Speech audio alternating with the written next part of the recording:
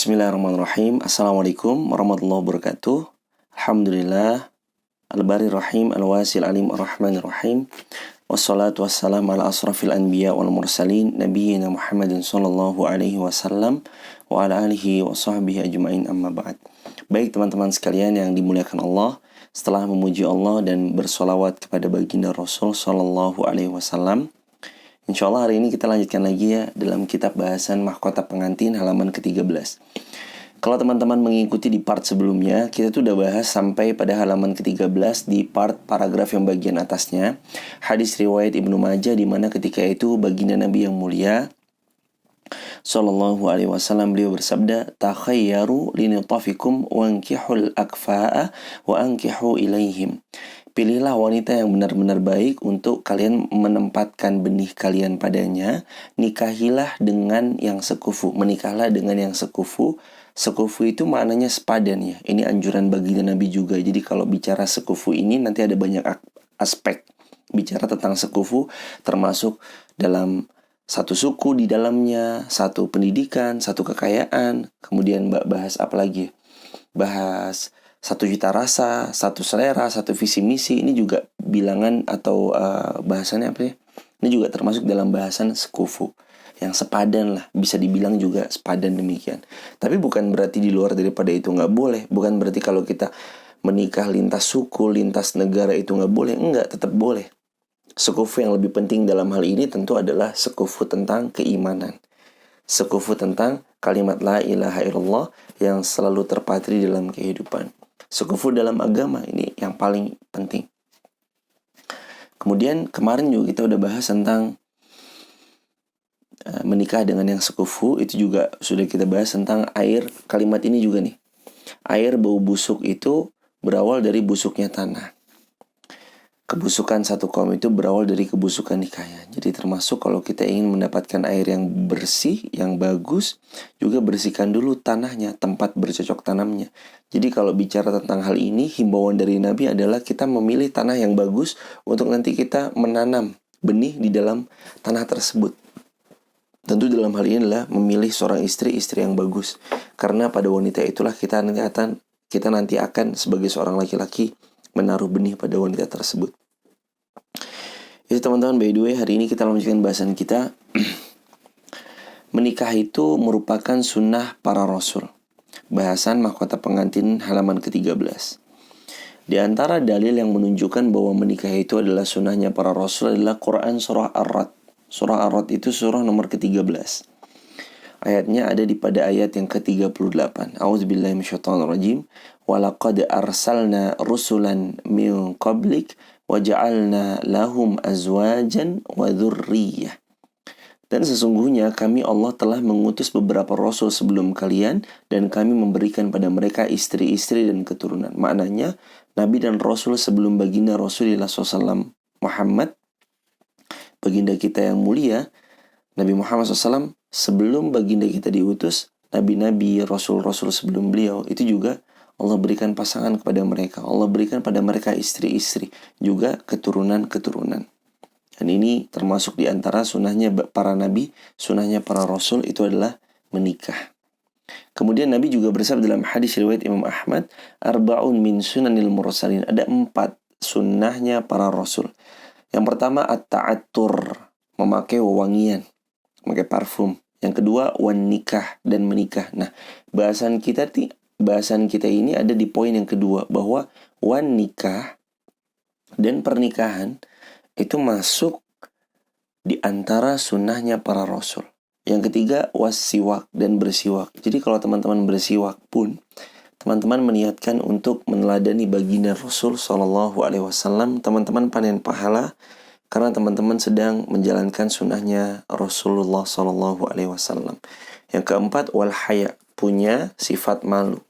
Dia punya rasa malu.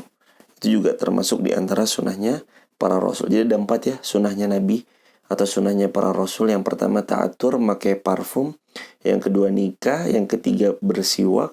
Yang keempat wal haya, dan punya rasa malu.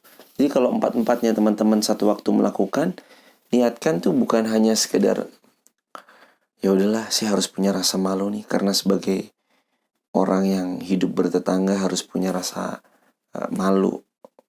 Hidup bertetangga dalam artian adalah ketika kita meminta pertolongan dari mereka setiap hari kan pasti malu juga ya. Mau nggak mau kita mungkin meminta tolong kepada pihak lain 1 kali, 2 kali, 3 kali waktu, nggak ada masalah. Tapi kalau terlalu sering, kadang kan kita juga punya rasa malu. Rasa malu untuk tidak menjadi orang yang gampang meminta pertolongan dari orang lain. Itu juga ada partnya tersendiri. Kemudian bersiwak itu juga sunahnya para rasul, menikah itu juga sunahnya para rasul, juga kemudian ta'atur itu adalah memakai parfum. Next, hadis riwayat Imam Tirmidzi dan An-Nasa'i, baginda Nabi SAW, beliau juga bersabda, Salasatun haqqun alaihi, ulangin mohon maaf, Salasatun haqqun 'alallahi aunuhumul mujahidu fi sabilillah wal mukatabul ladzi yuridul ada wan nakih alladzi yuridul afaf. Ada 3 golongan yang berhak mendapatkan pertolongan dari Allah. Yang pertama, orang yang berjihad di jalan Allah. Yang kedua, budak yang ingin memerdekakan dirinya. Yang ketiga, orang yang menikah karena ingin memelihara kesuciannya. Nah, poin bahasan kita ini ada yang di nomor ketiga, bahwa Allah akan menolong mereka yang menikah karena ingin menjaga kehormatan dirinya. Dia takut terjerumus kepada zina, dia nggak mau menonton tayangan-tayangan yang mendatangkan murkanya Allah, dia nggak mau mengakses situs-situs yang itu juga mendatangkan murkanya Allah Azza wa Jalla padanya. Dia hanya ingin menjaga kesucian dirinya, menjaga kehormatan dirinya, menundukkan pandangannya, akhirnya dia menikah. Nah, orang yang menikah tujuannya karena itu, Allah akan menolong mereka. Dalam pernikahannya Allah tolong mereka. Kalau mereka kekurangan, Allah yang nanti mencukupi. Mereka ada sesuatu masalah, nanti Allah yang memberikan solusi. Ini semua Allah tolong mereka. Selama mereka nikahnya emang bener-bener niat karena Allah gitu loh. Itu hadis riwayat Imam Tirmidzi dan An-Nasa'i. Jadi nggak usah khawatir ya teman-teman. Kalau teman-teman merasa ingin menjaga kehormatan diri, menjauhkan diri dari perbuatan zina, bismillah, segerakan diri untuk menikah, insya Allah Allah akan tolong. Baik itu secara finansial maupun ada problem-problem ke depannya, Allah akan tolong. Karena ini memang janji Allah. Dan janji Allah itu seperti yang sering kita dengar di Quran surah 3 Ali Imran ayat yang ke-9. Innallaha la yukhliful mi'ad. Bahwa Allah gak akan pernah ingkar janji. Jadi kalau Allah udah berjanji bahwa Allah akan menolong 3 di antara 1 dari 3 tersebut adalah orang yang menikah karena ia ingin menjaga kesucian dirinya, Allah pasti tolong. Dan jangan ragu akan janjinya Allah Azza wa Jalla. Kemudian selanjutnya Quran surah An-Nur ayat 30. Quran surah An-Nur ayat 32. Ini udah kita bahas nih di episode yang ketiga. Tentang iyakunu fuqara yughnihimullahu min fadlih. Quran surah An-Nur ayat 3, Allah berfirman bahwa apabila mereka fuqara itu fakir. Fakir itu di bawahnya miskin. Yughnihimullahu min fadlih. Allah yang nanti akan mencukupi mereka dengan karunia Allah. Makna dicukupi di sini kan kemarin disampaikan oleh para ulama mufassirin. Di antaranya adalah Allah mencukupkan mereka. Allah bahkan bisa memberikan mereka dengan rezeki yang berlebih, bahkan Allah akan mengkayakan mereka. Orang menikah mencari ridho Allah, yugni, Allah kayakan mereka. Min fadlih, dengan karunia yang Allah berikan kepada mereka. Makanya gak usah takut nih teman-teman. Kalau sudah dirasa ada wanita yang cocok, istri able banget, segera lamar, tentukan tanggal, langsungkan akad nikah. Kemudian selamat beribadah. Nikmatilah ibadah-ibadah yang sangat elegan di dalam pernikahan. Baik itu dengan saling mandang-memandang, gombal-menggombali, memeluk, mencium, dan lebih daripada itu semua ibadah. Bernilai pahala yang besar ketika dilakukan setelah pernikahan. Allahu Akbar, itu luar biasa teman-teman sekalian. Kemudian nanti teman-teman bisa membaca di paragraf yang ke-1, 2, 3, 4, 5, 6. Di paragraf yang ke-6 ini terhitung juga dengan teks Arabnya ya. Petunjuk baginda Nabi yang mulia SAW mengenai pernikahan adalah petunjuk paling sempurna, yang dengannya kesehatan terpelihara, kenikmatan dan kesenangan jiwa menjadi sempurna, serta tujuan dari pernikahan tercapai. Karena hubungan seksual pada dasarnya ditetapkan untuk 3 perkara yang merupakan adalah tujuan aslinya. Yang pertama, ini kata penulis, memelihara keturunan. Itu tujuan dari hubungan suami istri yang pertama. Memelihara keturunan dan keberlangsungan spesies manusia hingga sempurna jumlah yang telah ditetapkan Allah Azza wa Jalla kemunculannya ke alam ini. Maksudnya adalah, jadi dengan hubungan suami istri yang halal, maka terjaga keturunan. Nasab itu terjaga. Jadi dia jelas bapaknya siapa, ibunya siapa, itu jadi jelas. Lain sama berzina. Berzina itu nggak jelas nasabnya. Kalaupun anaknya lahir, maka yang berhak menyematkan bin sesudah anak hasil zina itu adalah ibunya, sang pemilik ranjang. Jadi kalau bapaknya kaya raya, anaknya nggak boleh mendapat warisan karena itu anak hasil zina. Kalau anaknya sudah besar, bapaknya nggak boleh menikahi anaknya karena dia anak hasil zina. Oh, ini kasihan banget kan. Anak hasil zina kasihan. Itulah kejinya berzina, nggak jelas tentang nasab atau alur keturunannya. Yang kedua, mengeluarkan air sperma yang bila ditahan akan membahayakan tubuh secara umum. Nah, ini juga di antara hikmah dari hubungan suami istri. Ketika sperma itu dikeluarkan, ia menjadi hal yang menyehatkan, terutama bagi seorang laki-laki. Karena ditahan juga nggak bagus ternyata. Ketika dikeluarkan di tempat yang halal, yang pertama dapat kenikmatan biologisnya, yang kedua dia dapat panen pahala yang besar luar biasa, sebagaimana hadis Nabi riwayat Imam Muslim. Kata baginda Nabi yang mulia, fi bud yahadikum sadaqah. Di kemaluanmu itu ada sedekah yang besar nilainya.